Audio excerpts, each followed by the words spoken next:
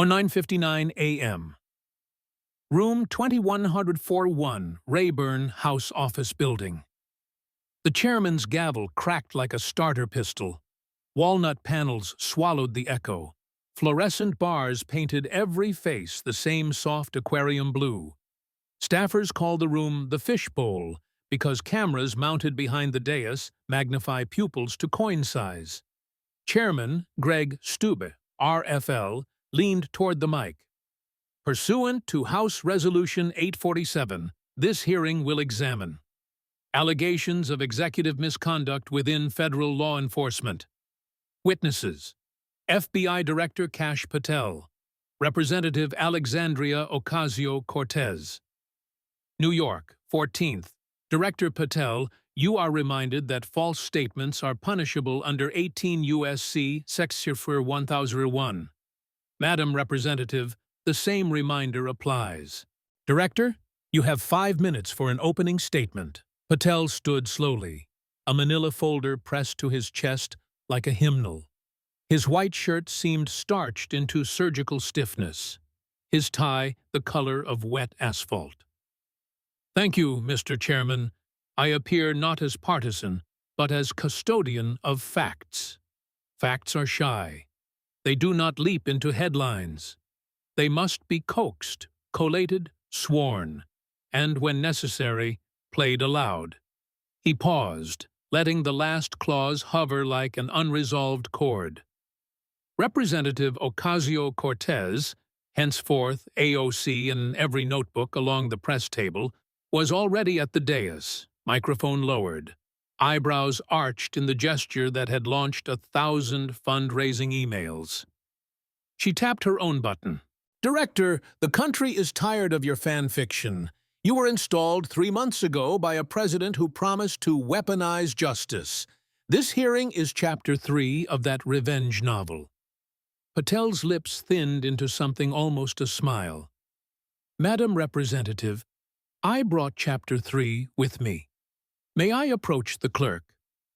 The clerk, career employee, glasses on a silver chain, nodded. Patel laid the folder flat. Inside, 4 color-coded tabs: amber, financial; blue, wiretap; green, foreign influence; red, conspiracy. He lifted the amber tab first. The amber tab, money without map. Between 2021 and 2024, Patel began, the FBI Forensic Accounting Unit traced a net worth increase of $1.8 million in the personal finances of Representative Alexandria Ocasio-Cortez. The delta is not an estimate. It is the mathematical space between disclosure forms filed January 2021 and a confidential worksheet recovered last month pursuant to court-authorized search of a cloud account registered to Brand New Congress, LLC. He clicked a remote. Behind him, twin pie charts appeared, one pale, one dark. The pale circle is 2021. Liabilities exceed assets by $17,000. The dark circle is December 2024. Assets exceed liabilities by $1.83 million. Of that, $400,076 arrived through 6 shell companies sharing a single Staten Island mailbox. None was reported to the House Ethics Committee, the IRS, or the FEC. AOC leaned in, red nails drumming the microphone base. Director, book royalties are legal. Streaming revenue is legal. Small dollar donations are legal. Your dark circle is simply the American dream in real time. Patel's tone stayed flat, almost regretful. Royalties from your publisher total $287,450, already declared. The $400,000 plus arrived in 49 transfers, each under the $10,000 CTR threshold.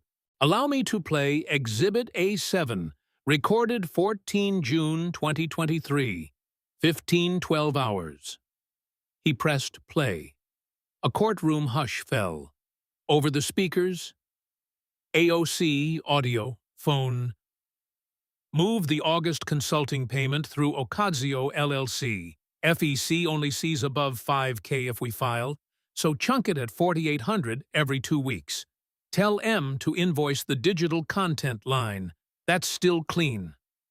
The clip ended. Patel let the silence pool. The M is Miguel R., your then Chief of Staff. Ocasio LLC was formed 3 weeks after you took office, registered to your mother's address, and has never purchased a single 2x4. A Democrat from Illinois requested a point of inquiry. The chair overruled. Patel lifted the blue tab. Let us widen the lens. Luxury is personal. Wire fraud is federal. Chapter 2. The blue tab. Wiretaps and RICO Arc. A new slide. Operation Green Fraud. FBI Case 134 OP. Patel explained that the Bureau opened a 2-year RICO probe into Brand New Congress LLC, Justice Democrats, and 13 smaller entities. Investigators relied on Title III intercepts, pen register data, and 3 cooperating witnesses granted use immunity. Patel, Liv. The enterprise meets all 4 RICO predicates: pattern, enterprise, interstate commerce, criminal purpose. 23 acts across 36 months, including conversion of campaign funds to personal luxury spending. He clicked again. A spreadsheet scrolled. 34,200 mm. Ritz-Carlton Half Moon Bay, 4 nights, spa, cabana. 18,400 private jet charter to Puerto Rico, alleged climate fact-finding. 9,300 Hamptons Vintner, case-level purchase, 2019 vintage. Each entry cross-linked to an audio timestamp. Audio excerpt, 22 Aug 2023. Sell. AOC. We earned the weekend. Charge the consulting card. It's still under FEC radar. Frame it as climate policy planning retreat. Media will eat that up. The ranking Democrat tried to break the spell. Director? Context matters. Members travel for policy work. You are cherry-picking expense lines to manufacture a qualm lifestyle scandal. Patel's eyelids lowered a millimeter. Madam Ranking Member, luxury is not the crime. Lying about the source of funds is. May I proceed to the foreign nexus? He lifted the green tab. 3. The green tab. Foreign wind in the sail. The slide behind him now showed a world map with red arrows from Shanghai, Shenzhen, and Beijing converging on Washington. Between January 2022 and October 2024, Patel said, $847,000 was wired to Ocasio LLC from 3 environmental consultancies whose ultimate parent is the China Council for International Cooperation on Environment and Development, CCICED, chaired by Vice Premier Ding Shuexiang. He clicked to a side-by-side comparison. Left column, Mandarin PDF, translated. Right column, Green New Deal Policy Primer, official. Highlighted in yellow, identical phrases. Rapid decarbonization of the power sector by 2030. Massive public sector procurement of renewable infrastructure. Preference for state-owned enterprise partnerships. AOC shook her head. Director, Global Climate Science, is a globals. Similar sentences appear in IPCC reports, UK white papers, EU briefs. Are they all Chinese agents? Patel's reply was soft, almost regretful. They are not registered. Under the Foreign Agents Registration Act. You are. He pressed play. A male voice with a Beijing accent spoke in English. Chinese operative. Audio. Ensure the Congresswoman repeats the 2030 number in CNN Town Hall. Our solar panel surplus needs American legislative anchor. After passage, we release the second tranche, 300K to Ocasio. AOC's lips parted, then closed. For the first time she glanced at counsel, a petite woman who had been writing in purple ink, the color of damage control. Patel lifted the red tab.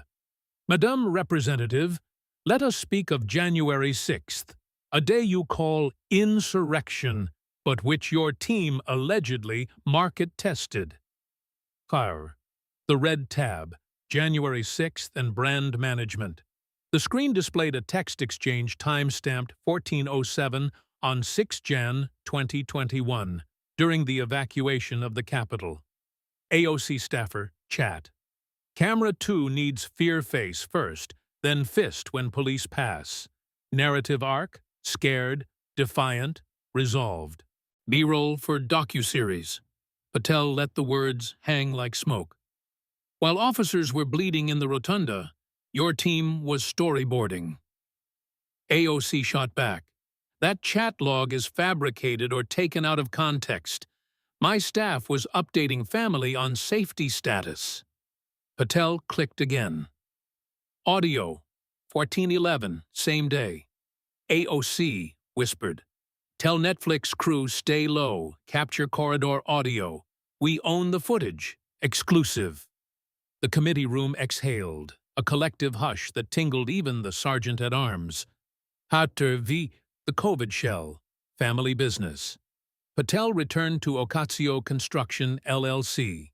According to Treasury records, Ocasio obtained a $125,000 EIDL loan in May 2020, claiming 10 employees and $500,000 revenue in 2019. State corporate filings show 0 revenue, 0 employees. The loan was forgiven in 2022 after Ocasio submitted fabricated tax transcripts. The signatory was your mother, Blanca OC, listed as managing member. He placed the forgiveness letter on the oversized projector. The signature, looped B, careful O, sat beside a copy of Blanca's driver's license, pixels aligned under the harsh committee lamps. The referral, no thunder, only paper. Patel closed the folder. I am not here to humiliate. I am here to refer. Under 28 U.S.C. Yapper 594, I transmit these records to the Public Integrity Section of the Department of Justice with recommended charges. 1. RICO conspiracy, 18 U.S.C. Secretary 1962. 2. Money laundering, 18 U.S.C. Secretary 1956. 3. Wire fraud, 18 U.S.C. Sever 1343. 4. FARA violations, 22 U.S.C. Mersich 18. 5. COVID relief fraud, 15 U.S.C. Sever 9009. He sat. The aquarium lights seemed to brighten, as if the ceiling itself leaned closer. AOC's final statement was soft, almost whispered. Director, you have weaponized the FBI into a political hit squad. History will note this day, not as justice, but as vengeance. Patel's reply was barely audible above the rustle of papers. Madam Representative, history prefers documents to dialogue. The documents have spoken. Epilogue, 6 months later, per source material. The story that began in room 22141 did not end there. According to the same sources, a federal grand jury in the Eastern District of Virginia returned a 37-count indictment. Trial lasted 11 weeks. On count after count, the jury found the representative guilty. A senior judge, appointed by President Obama, sentenced her to 15 years, citing the breadth of the scheme and the breach of public trust. The aquarium lights still glow each morning. The walnut panels still smell of polish. But the nameplate that once read, Rep. Alexandria Ocasio-Cortez, now sits in a cardboard box in the House archives, waiting for historians who prefer documents to dialogue, and for citizens who understand that our mountains are moved not by shouts, but by quiet, persistent highlights. Pastel yellow. One sentence at a time. The cardboard box, ordinary, acid-free, labeled AOC 2025 in archival Sharpie, did not sit idle. Within 48 hours of sentencing, it began a quiet migration through the bureaucratic bloodstream of Washington. First stop, the House Legislative Resource Center, where a clerk scanned every page into a non-public database, creating a digital twin that would never yellow at the edges. Next, the Government Publishing Office printed a bound volume, spine crimson, title set in small caps. United States vs. Ocasio-Cortez, Indictment and Exhibits. One copy was placed in the Rayburn Reading Room, another sent to the National Archives at College Park, where temperature and humidity are kept so constant that even dust feels obliged to behave. There, on a rolling cart, the volume waited for its first reader. She arrived on a rainy Thursday. Dr. Lila Moreau, a Haitian-American historian who specialized in congressional ethics. She opened to the first exhibit, a photocopy of the cloud storage warrant, edges scalloped from the spiral binder used in the courtroom. Lila's fingers paused on a margin note penciled by an unknown agent. Mailbox visited 2X weekly, always at 11:07 a.m. Always iced coffee. The mundane detail felt like a heartbeat. She photographed it, posted it to a private academic Slack with the caption, "Archives are diaries we accidentally keep together." Within minutes, a graduate student in Tokyo replied with a GIF of a vending machine dispensing iced coffee at exactly 11:07. The circle, document, reader, GIF, completed itself without permission or payment, the way sunlight completes a window whether or not anyone notices. Meanwhile, the physical box traveled farther. Under the Presidential Records Act, any member expelled after a felony conviction forfeits their personal papers to the National Archives, but family memorabilia may be reclaimed. Blanca O.C., the signatory of the forgiven loan, submitted a one-page form requesting the return of photo albums and a rosary. The archivists obliged, but first they removed anything congressionally relevant. Thus, the rosary and the albums were returned. A single Polaroid of Alexandria at age 8, dressed as a dinosaur for Halloween, stayed behind because the costume label read "Made in China," an archivist's joke that no one laughed at but no one erased. The dinosaur photo was digitized, uploaded to a restricted folder titled Ephemera, Foreign Manufacture, and promptly forgotten by everyone except an intern named Jonah, who used it as his desktop wallpaper, finding in the child's green tail a reminder that every ledger once contained a playground. Outside the archives, the country moved on in the way a river moves on. Surface calm, undercurrents busy. Cable panels discussed the sentence for a week, then pivoted to a celebrity divorce. The name AOC trended downward on Google, slipping below tomato shortage, and just above how to fold a fitted sheet. Yet the story refused atomization. It kept re-entering the bloodstream in smaller, stranger platelets. A podcast called Second Dawn released a 38-minute episode titled The Lemon Bar's Hearing, mixing Evelyn's Midwestern vowels with the Mexican Children's Choir, overlaying both onto a soft lo-fi beat that Spotify streamed into 2.3 million earbuds during study sessions. Comments ranged from "this slaps" to "I cried during stats class," none mentioning Rico or Farah, all feeling something the documents had hoped for. That abstraction could become intimacy without losing accuracy. In the judiciary ecosystem, the Patel referral metastasized into procedural offspring. A working group on Farah reform, staffed by 20-something lawyers who had never lobbied anything but their parents for later curfews, circulated a memo proposing that any non-commercial organization receiving $50,000 from a foreign entity must file quarterly narrative disclosure, a plain English summary of intended messaging.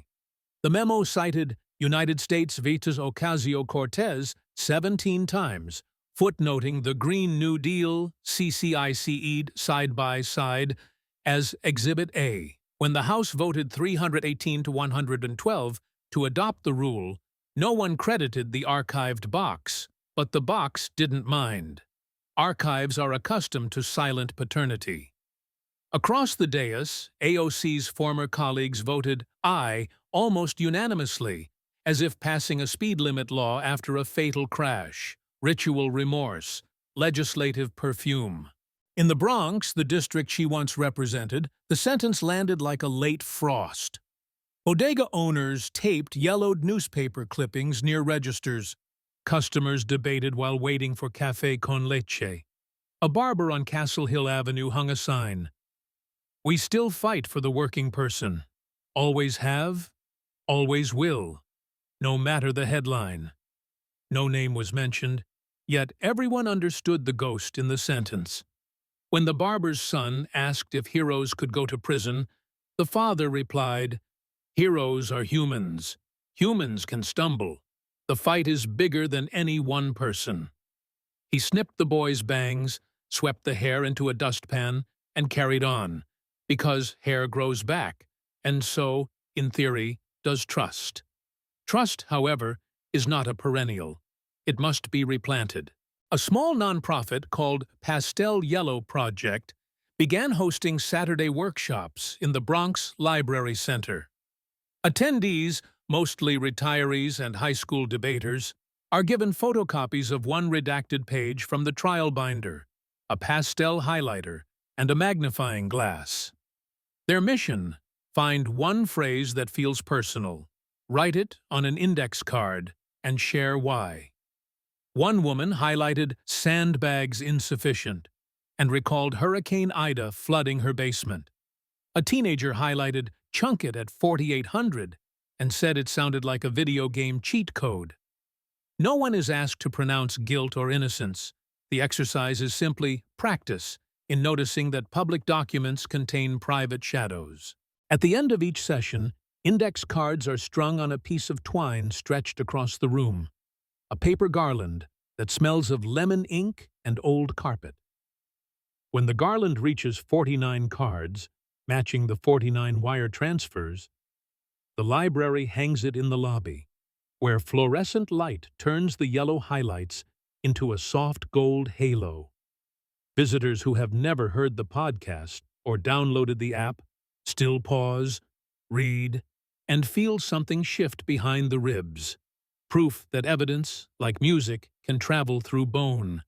In the Senate, the halo became data. A junior senator from Colorado, Jade's uncle, the one who had once forwarded a sunflower magnet photo, inserted the Garland photograph into the congressional record during a speech on civic literacy and the archives. The speech was not dramatic. It contained no new legislation, no fiery condemnation. It simply argued that citizenship could be taught through marginalia, that democracy's vocabulary was built one highlighted line at a time. When he finished, the chamber was half empty, but the clerk entered the image anyway, where it gained an official URL and a persistent DOI number, ensuring that centuries from now, a curious child could download a JPEG of 49 strangers' index cards dangling on twine. The child might laugh, the child might cry. The child might fold the printout into a paper airplane and launch it from a bedroom window. The airplane might land on a roof, get soaked by rain, dry into pulp, and re-enter the soil as cellulose, feeding a tree that will one day be cut for paper, that will one day become another document waiting to be highlighted. Archives are polite. They never demand credit for the cycle. They simply keep the gate. And still, the mountain stands. Rock core unchanged, surface now lightly crocheted in lemon-colored yarn, index card garlands, and the faint giggle of a Mexican child that pings every phone at unpredictable dawn hours. Geologists measure erosion in millennia. Librarians measure it in microseconds between uploads. Both are satisfied. The box is closed but never finished. The story is sentenced but never silent. The highlight is pastel but permanent.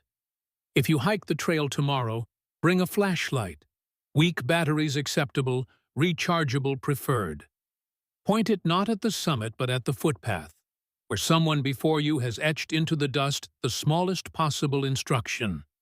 Notice, share, repeat. The dawn will do the rest. The dawn, obedient, does the rest, but not in a single dramatic flourish. It prefers the patience of ink drying, of frost lifting, of batteries exchanging ions, one slow hour at a time.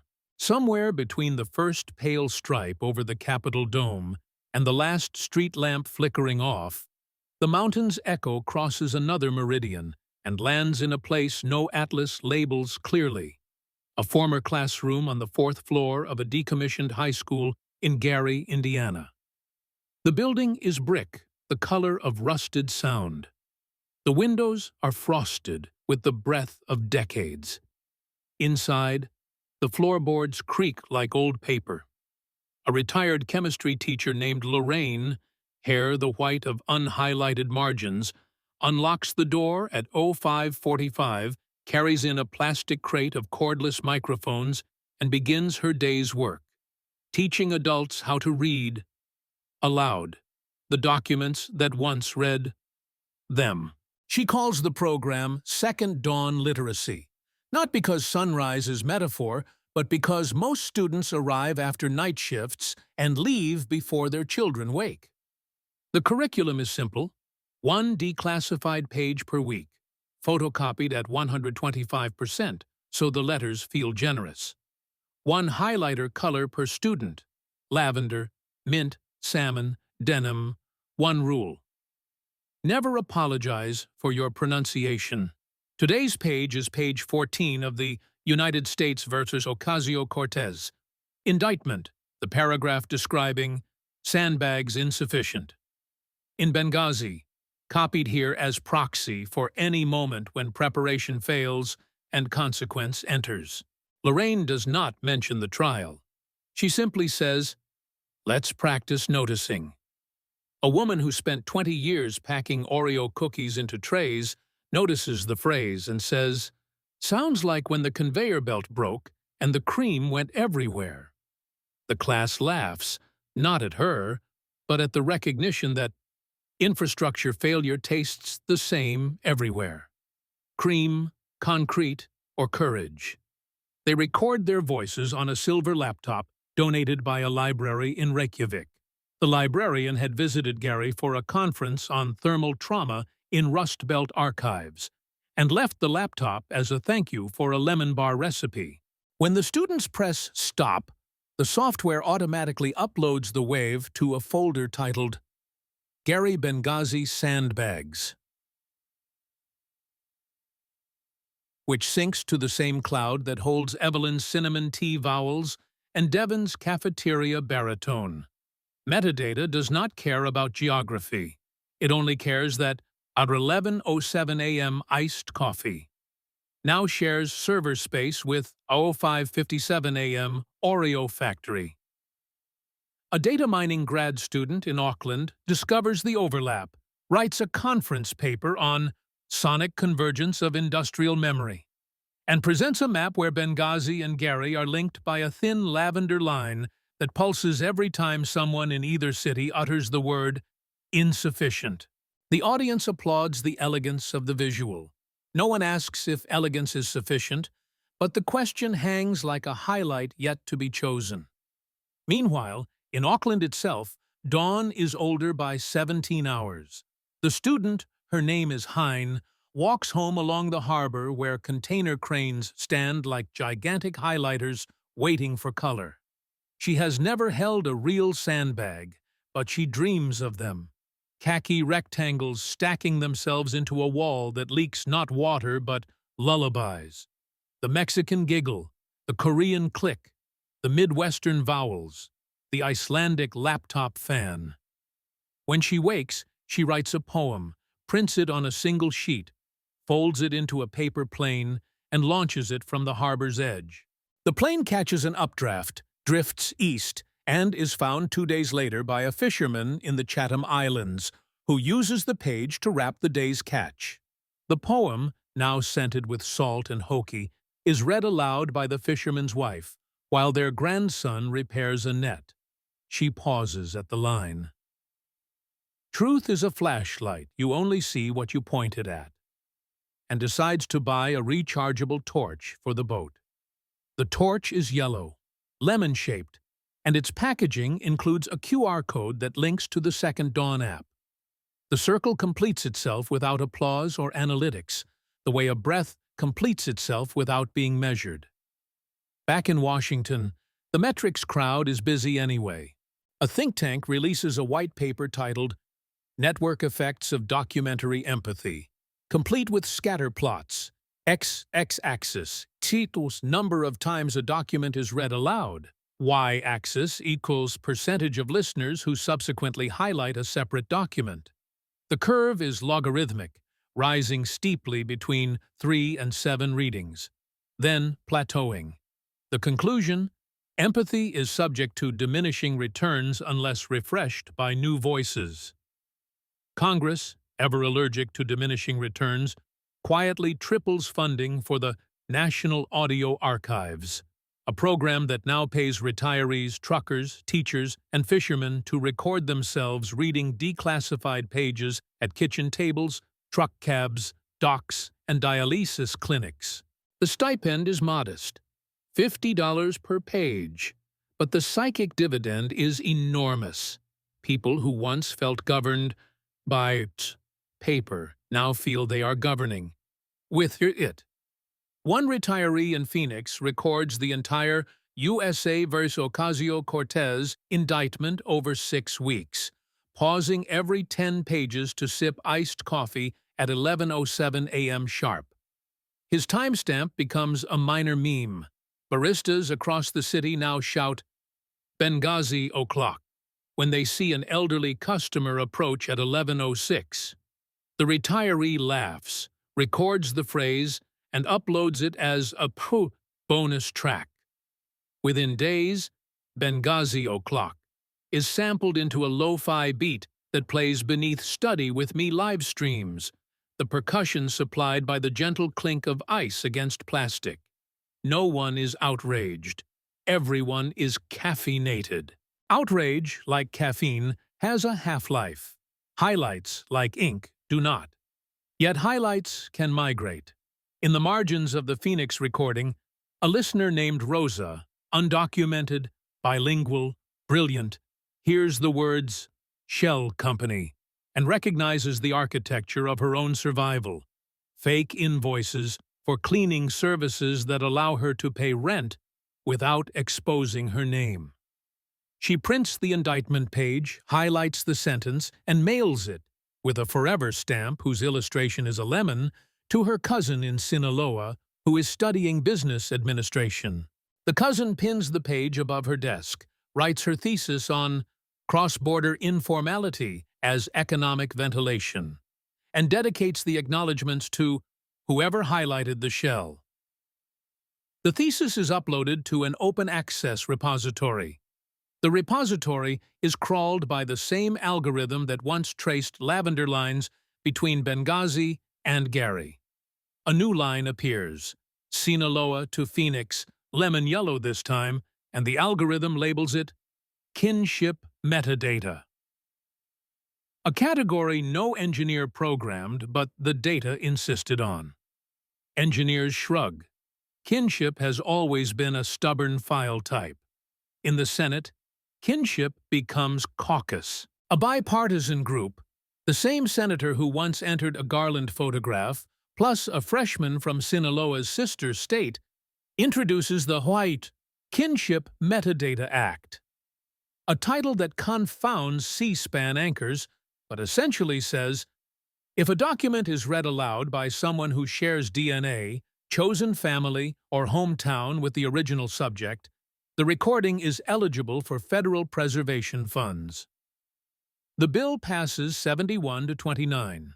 Dissenters call it emotional earmarking. Supporters call it network justice.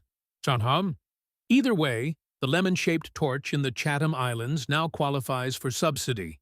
The fisherman's wife uploads the purchase receipt, and the Treasury reimburses $14.99. The amount is microscopic, but the symbolism is telescopic. The state has agreed that a grandmother's vow and a fisherman's torch are worth preserving as carefully as any treaty.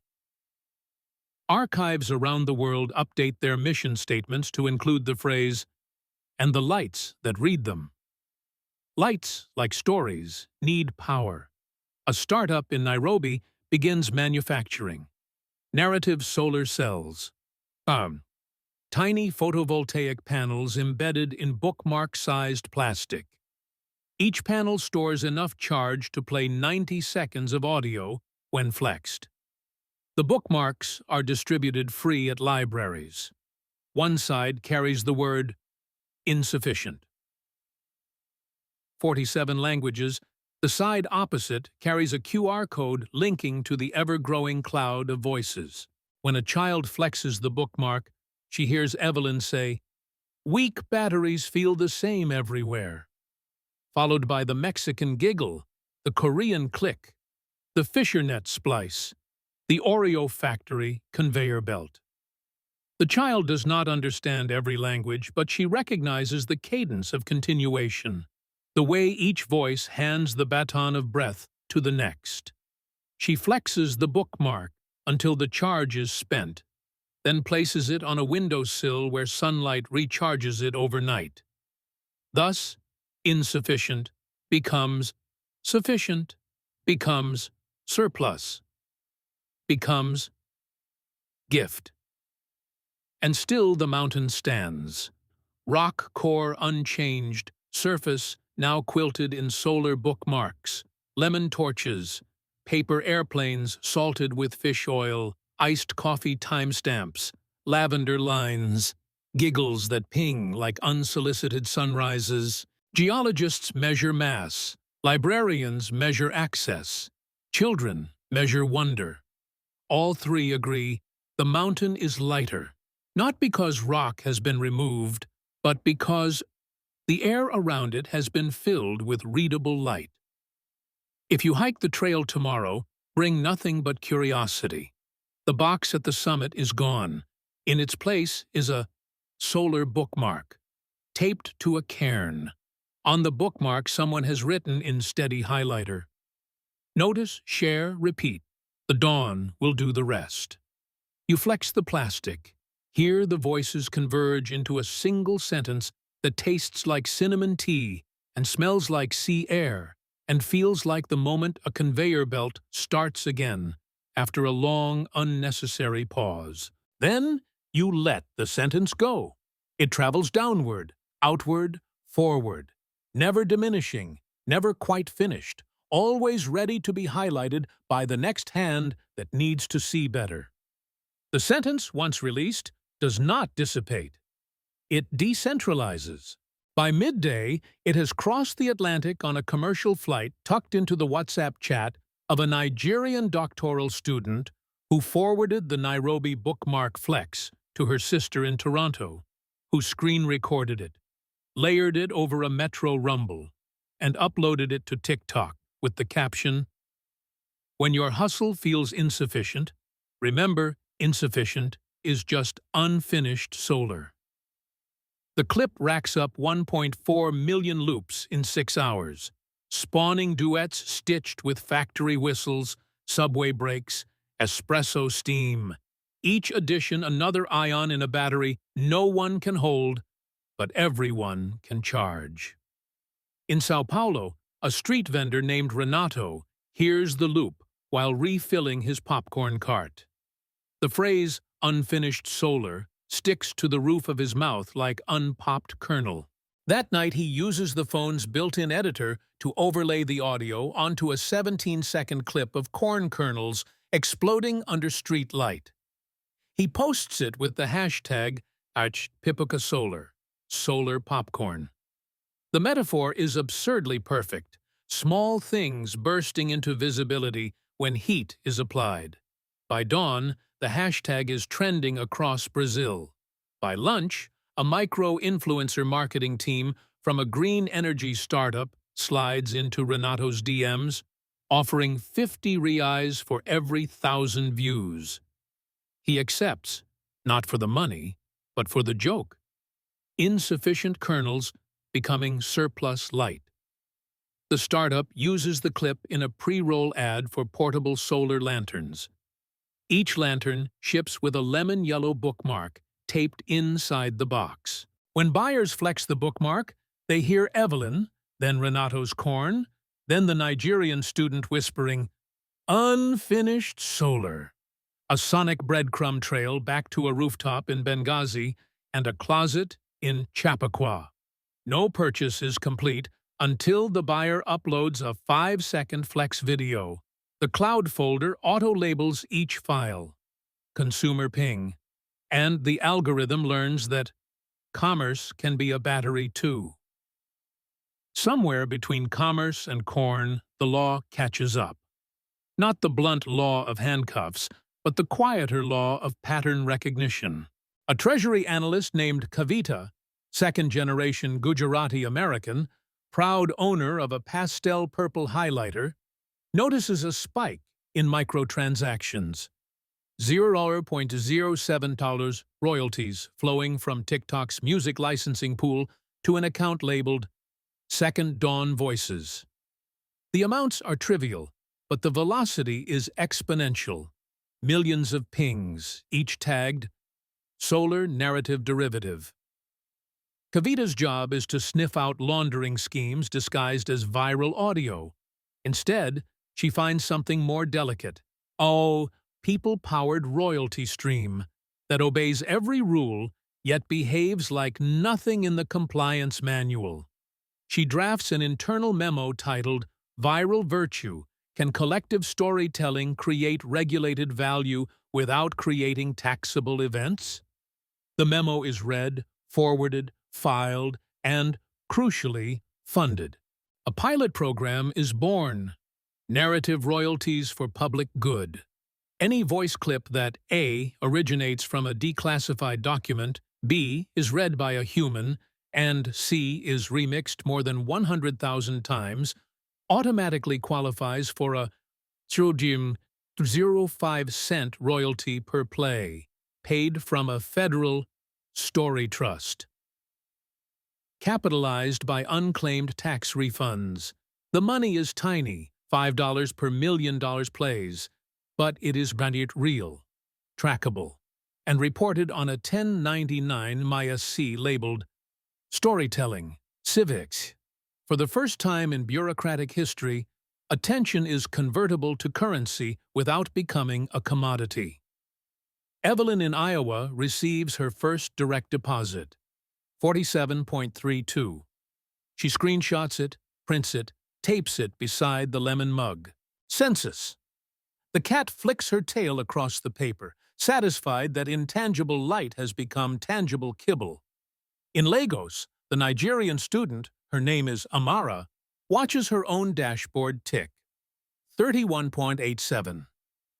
She uses it to buy data bundles, then uses the data to upload a Yoruba translation of the Benghazi cable paragraph. The translation is read by a Lagos bus conductor with a voice like gravel soaked in honey. Within days, the remix tops Nigerian Twitter. The conductor, who has never filed taxes, receives a crash course in W-9 forms from a volunteer accountant on Zoom. When the $27.44 hits his account, he sends a voice note to Amara. My voice just paid my daughter's school fees. Highlight me again. She does. The circle widens, not upward toward fame, but outward toward function. Voices lighting classrooms, lanterns lighting stalls, lanterns lighting paths, paths lighting more voices. A local proverb begins to circulate. When the story earns, the village burns its debt, not its roofs. Back in Washington, Kavita presents quarterly numbers to a subcommittee no one watches on C-SPAN. The chart is a gentle upward slope, $47,000 in payouts, 9.4 million documented plays, 0 compliance violations. A congressman from Arizona asks if the program could be scaled for border narratives. A congresswoman from Maine asks if coastal flooding documents qualify. Both receive the same answer. If it's declassified and human-read, it's eligible. The vote to extend funding is 41-0. No one holds a press conference. The press is busy covering a celebrity divorce. But the next morning, the National Archives website quietly adds a button labeled Read and Earn. Clicking it opens a portal. Choose any unclassified page, record yourself, upload, and watch the micro-royalties accrue in real time. The FAQ explicitly states, "You will not get rich. You may help the Republic stay honest." Traffic crashes the server for 18 minutes. Technicians shrug and triple capacity. By sunset, 47,000 new voice files have landed, including one from a death row inmate in Kansas who reads the Juanito USA v. Ocasio-Cortez indictment in its entirety, pausing every 10 pages to describe the sound of prison fluorescent lights. His final timestamp is 03:07 a.m. The royalty is $11.83, which he donates to a literacy charity on the outside. The charity buys yellow highlighters. They send a thank you card to the prison. The card is scanned, uploaded, tagged. Gratitude metadata, and looped into the ever-growing chord that now hums beneath every dawn. And still the mountain stands, not as a verdict, but as a voltage. Its granite has not dissolved. Rather, the air around it has become conductive. Each voice is an electron, each highlight a switch, each giggle a capacitor. The lanterns, the corn, the lanterns, the lullabies, they do not erode stone, they illuminate it. If you hike the trail tomorrow, you will not find a summit plaque. You will find a solar panel the size of a bookmark taped to a cairn. On it, etched in the steadiest handwriting Evelyn could manage, is the smallest possible instruction. Speak, and the light will find its own way home. The light, having learned the way, begins its final descent, not as spectacle, but as echo returning to throat, as highlight returning to hand, as breath returning to lung.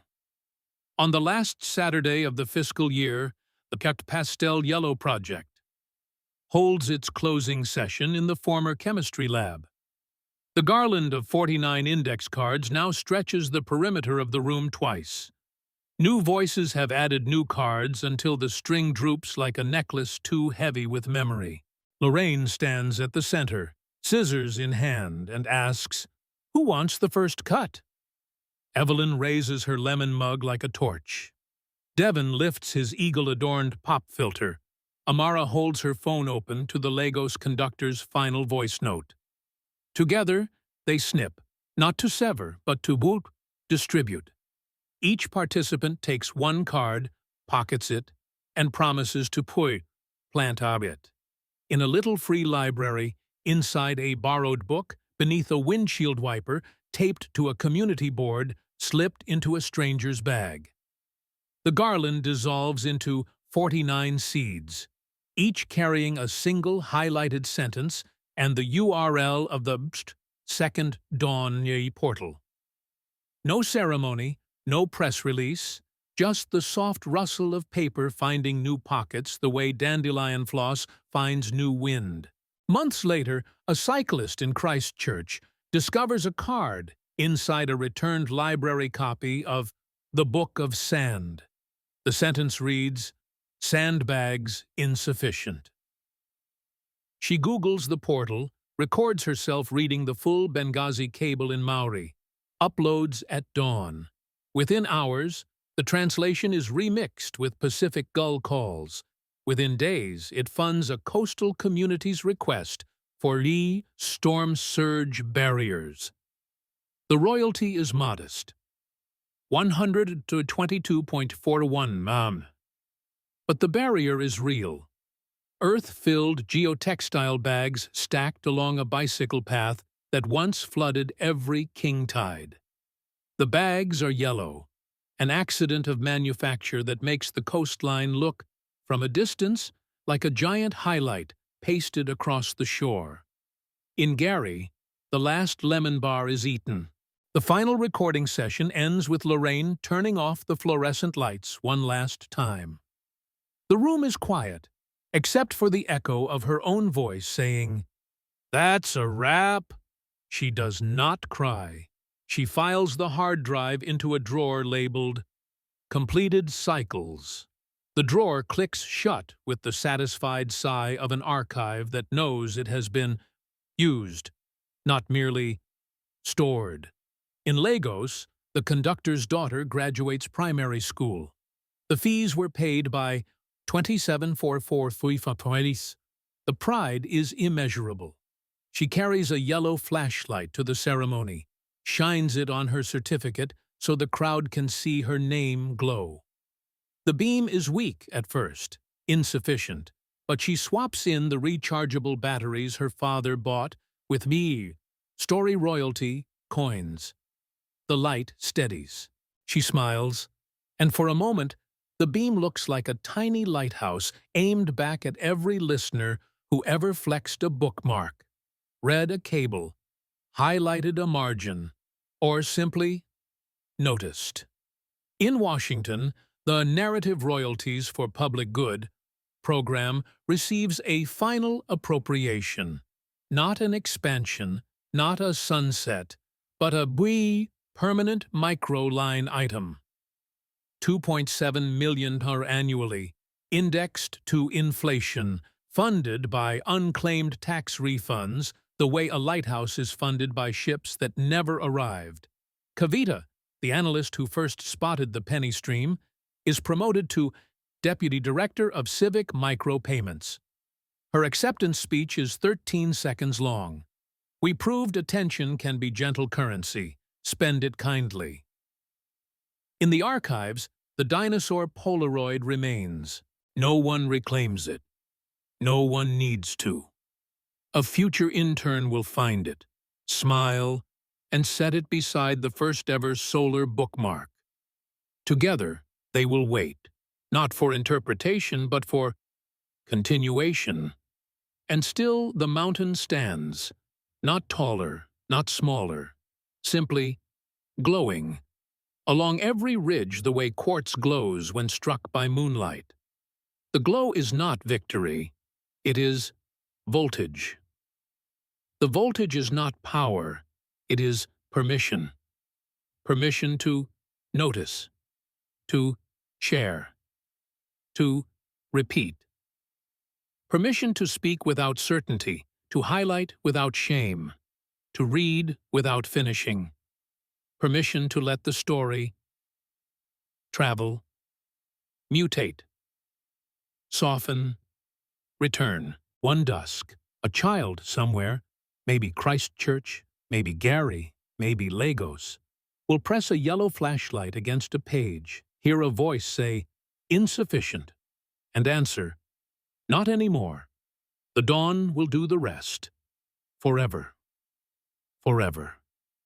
Forever." One pastel highlighted heartbeat at a time.